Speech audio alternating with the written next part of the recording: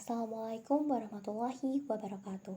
Perkenalkan, kami dari kelompok 4. Di sini kami akan mempresentasikan hasil kerja kelompok kami mengenai sarana berpikir ilmiah dalam ilmu pengetahuan. Sebelumnya, izinkanlah saya memperkenalkan anggota kelompok kami. Yang pertama, ada Dihayu Istiqomah dengan NIM 206111047. Yang kedua ada Putri Tinda Rohmasari dengan NIM 206111049. Dan yang terakhir adalah saya sendiri, Sayyidah Marhamah, dengan NIM 206111048. Presentasi ini akan kami paparkan dalam 3 bagian. Yang pertama, pengantar oleh saya sendiri, Sayyidah Marhamah. Yang kedua, hakikat sarana berpikir ilmiah oleh Dihayu Istiqomah. Dan yang terakhir, bahasa sebagai sarana berpikir ilmiah oleh Putri Tinda Rohmasari. Langsung saja memasuki bagian yang pertama, yaitu pengantar. Sebagai manusia yang dianugerahi akal pikir, kegiatan berpikir yang kita lakukan dalam keseharian adalah hal yang membedakan manusia dengan makhluk lain ciptaan Tuhan. Berpikir merupakan upaya manusia dalam memecahkan masalah. Secara garis besar, berpikir dapat dibedakan antara berpikir alamiah dan berpikir ilmiah. Berpikir alamiah adalah pola penalaran yang berdasarkan kehidupan sehari-hari dari pengaruh alam sekelilingnya. Sedangkan berpikir ilmiah adalah pola penalaran berdasarkan sarana tertentu secara teratur dan cermat. Harus disadari bahwa setiap orang mempunyai kebutuhan untuk berpikir serta menggunakan akalnya semaksimal mungkin. Seseorang yang tidak berpikir akan berada sangat jauh dari kebenaran dan menjalani sebuah kehidupan yang penuh kepalsuan dan kesesatan. Akibatnya, ia tidak akan mengetahui tujuan ciptaan alam dan arti keberadaan dirinya di dunia. Berpikir ilmiah adalah berpikir yang logis dan empiris. Logis adalah masuk akal dan empiris adalah dibahas secara mendalam berdasarkan fakta yang dapat dipertanggungjawabkan. Selain itu, menggunakan akal budi untuk mempertimbangkan, memutuskan, dan mengembangkan. Berpikir merupakan sebuah proses yang membuahkan pengetahuan. Proses ini merupakan serangkaian gerak pemikiran dalam mengikuti jalan pemikiran tertentu yang akhirnya sampai pada sebuah kesimpulan yang berupa pengetahuan. Berpikir ilmiah adalah kegiatan akal yang menggabungkan induksi dan deduksi. Induksi adalah cara berpikir yang di dalamnya kesimpulan yang bersifat umum ditarik dari pernyataan-pernyataan atau kasus-kasus yang bersifat khusus. Sedangkan deduksi ialah cara berpikir yang di dalamnya kesimpulan yang bersifat khusus ditarik dari pernyataan-pernyataan yang bersifat umum. Kemudian, sarana berpikir ilmiah. Sarana berpikir ilmiah merupakan alat yang membantu kegiatan ilmiah dalam berbagai langkah yang harus ditempuh.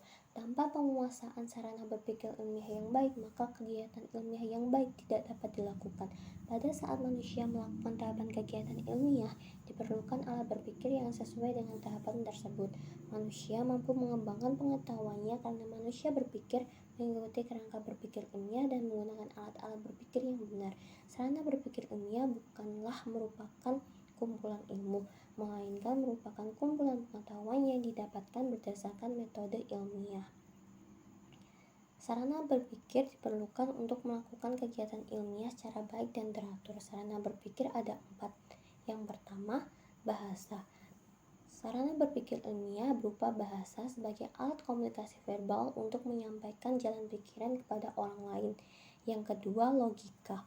Logika sebagai alat berpikir agar sesuai dengan aturan berpikir sehingga dapat diterima kebenarannya oleh orang lain. Yang ketiga, matematika. Matematika berperan dalam pola berpikir deduktif sehingga orang lain dapat mengikuti dan melacak kembali proses berpikir untuk menemukan kebenarannya. Dan yang terakhir adalah statistika. Statistika berperan dalam pola berpikir induktif untuk mencari kebenaran secara umum. Lalu, tujuan dan fungsi sarana berpikir ilmiah. Harus dibedakan antara tujuan mempelajari sarana berpikir ilmiah dan tujuan mempelajari ilmu. Tujuan mempelajari sarana berpikir ilmiah adalah untuk memungkinkan kita melakukan penelaahan ilmiah secara baik.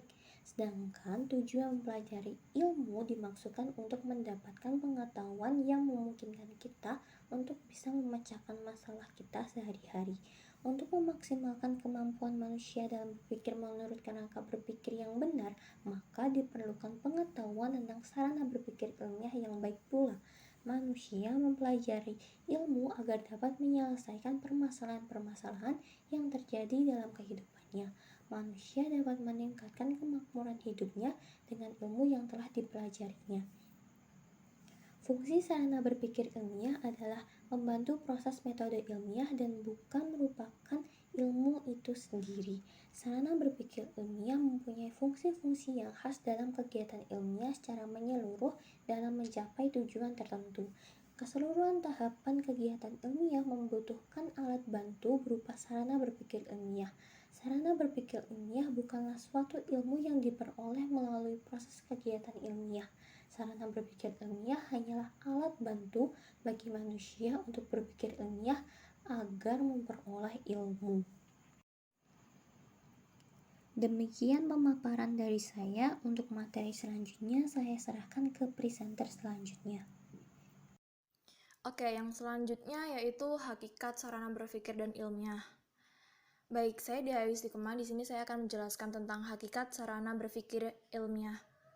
Menurut hakikatnya, sarana berpikir ilmiah adalah suatu alat yang mana digunakan untuk membantu suatu kegiatan ilmiah, yang mana juga memiliki berbagai langkah yang harus kita lakukan atau kita tempuh untuk mencapainya. Nah, biasanya di dalam langkah-langkah yang harus ditempuh atau dilakukan tersebut, kita juga harus memiliki sarana tertentu yang mana kita harus mampu untuk menempuh atau melaluinya ataupun juga menjalaninya.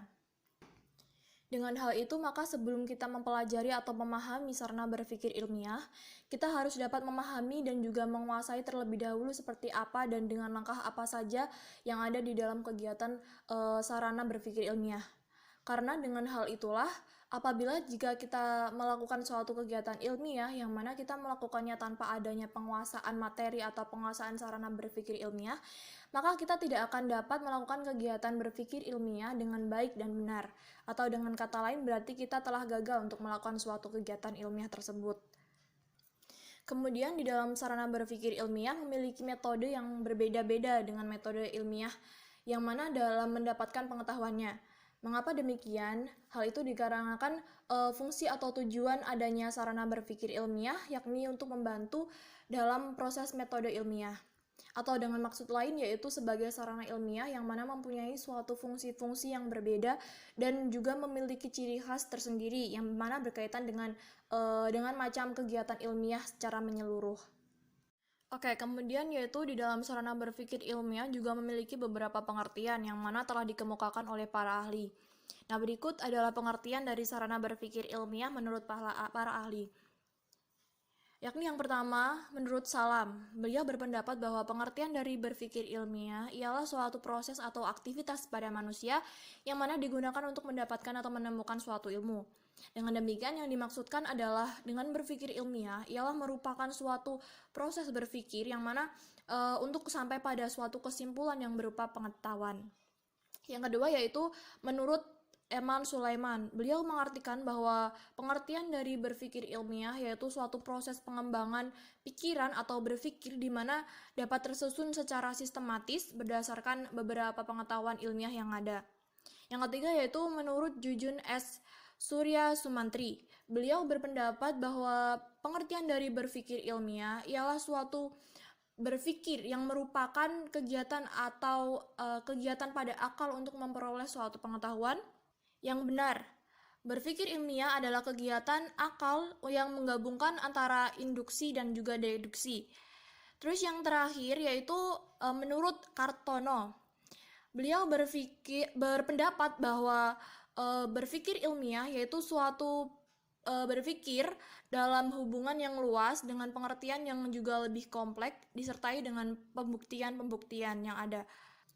Dengan demikian dapat disimpulkan bahwa berpikir ilmiah yakni suatu hubungan pikiran yang lebih bermacam-macam dan juga terdapat bukti-bukti di dalamnya.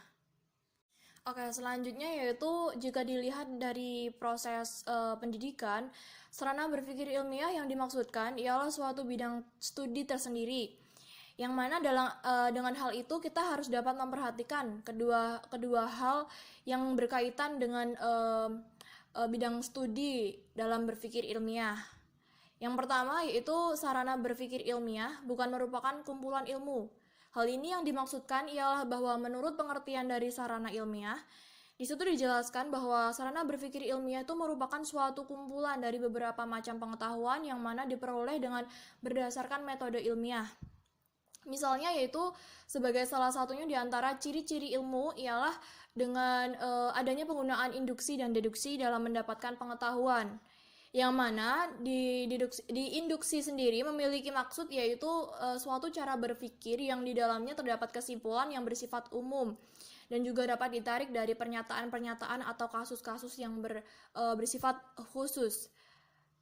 Akan tetapi, deduksi yakni suatu cara berpikir yang mana di dalamnya terdapat suatu kesimpulan yang bersifat khusus dan dapat ditarik juga pernyataan-pernyataan yang juga namun di sini tidak bersifat khusus, melainkan di sini bersifat umum. Sedangkan untuk sarana berpikir ilmiah itu juga tidak menggunakan cara tersebut dalam mendapatkan pengetahuannya. Dengan hal itu maka sudah jelas bahwa ilmu memiliki metode tersendiri dalam mendapatkan pengetahuannya, yang mana di antara ilmu dengan sarana berpikir memiliki perbedaan satu sama lain. Nah, yang kedua yaitu dalam mempelajari sarana berpikir ilmiah.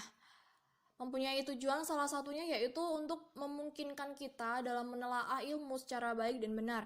Sedangkan dalam mempelajari ilmu mempunyai tujuan yang berbeda-beda, yang mana adanya bertujuan untuk mendapatkan suatu pengetahuan yang mana memungkinkan kita untuk dapat memecahkan masalah kita sehari-hari.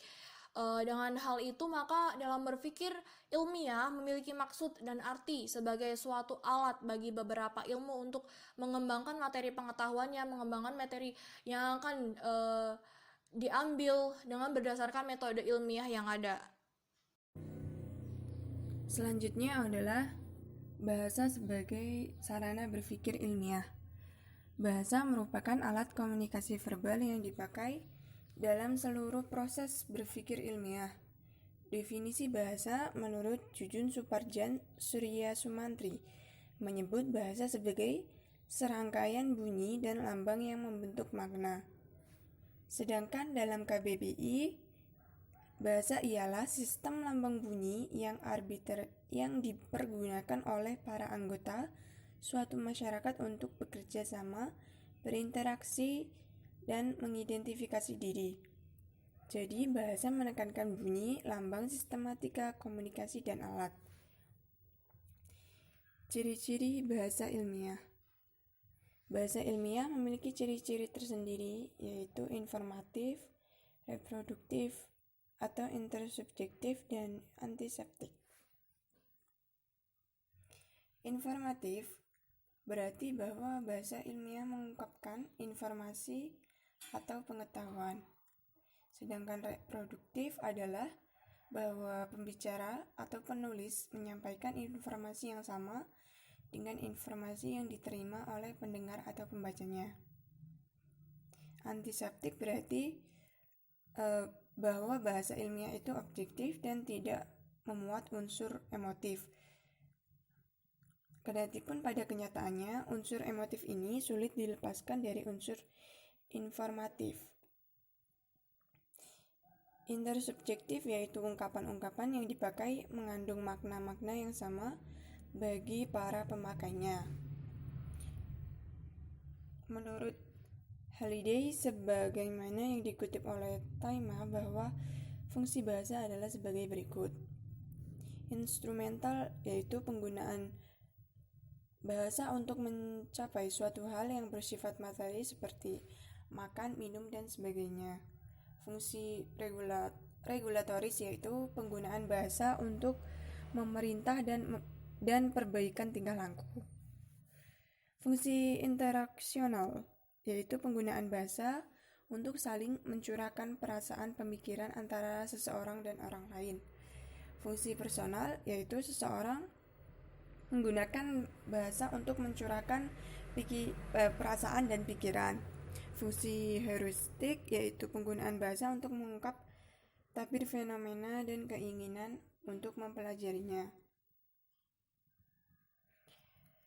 Ada dua penggolongan bahasa yang umumnya dibedakan, yaitu bahasa alamiah, yaitu bahasa sehari-hari yang digunakan untuk menyatakan sesuatu yang tumbuh atas pengaruh alam sekelilingnya. Bahasa alamiah dibagi menjadi dua, yaitu bahasa isyarat dan bahasa verbal. Bahasa isyarat diantaranya bahasa ekspresi wajah, sandi, simbol-simbol, pakaian seragam, dan warna intonasi suara. Sedangkan bahasa biasa adalah bentuk komunikasi yang disampaikan komunikator kepada komunikan dengan cara tertulis atau lisan. Bahasa buatan adalah bahasa yang disusun sedemikian rupa berdasarkan pertimbangan-pertimbangan akar pikiran untuk maksud tertentu. Bahasa buatan dibedakan menjadi dua, yaitu bahasa istilah dan bahasa simbolik.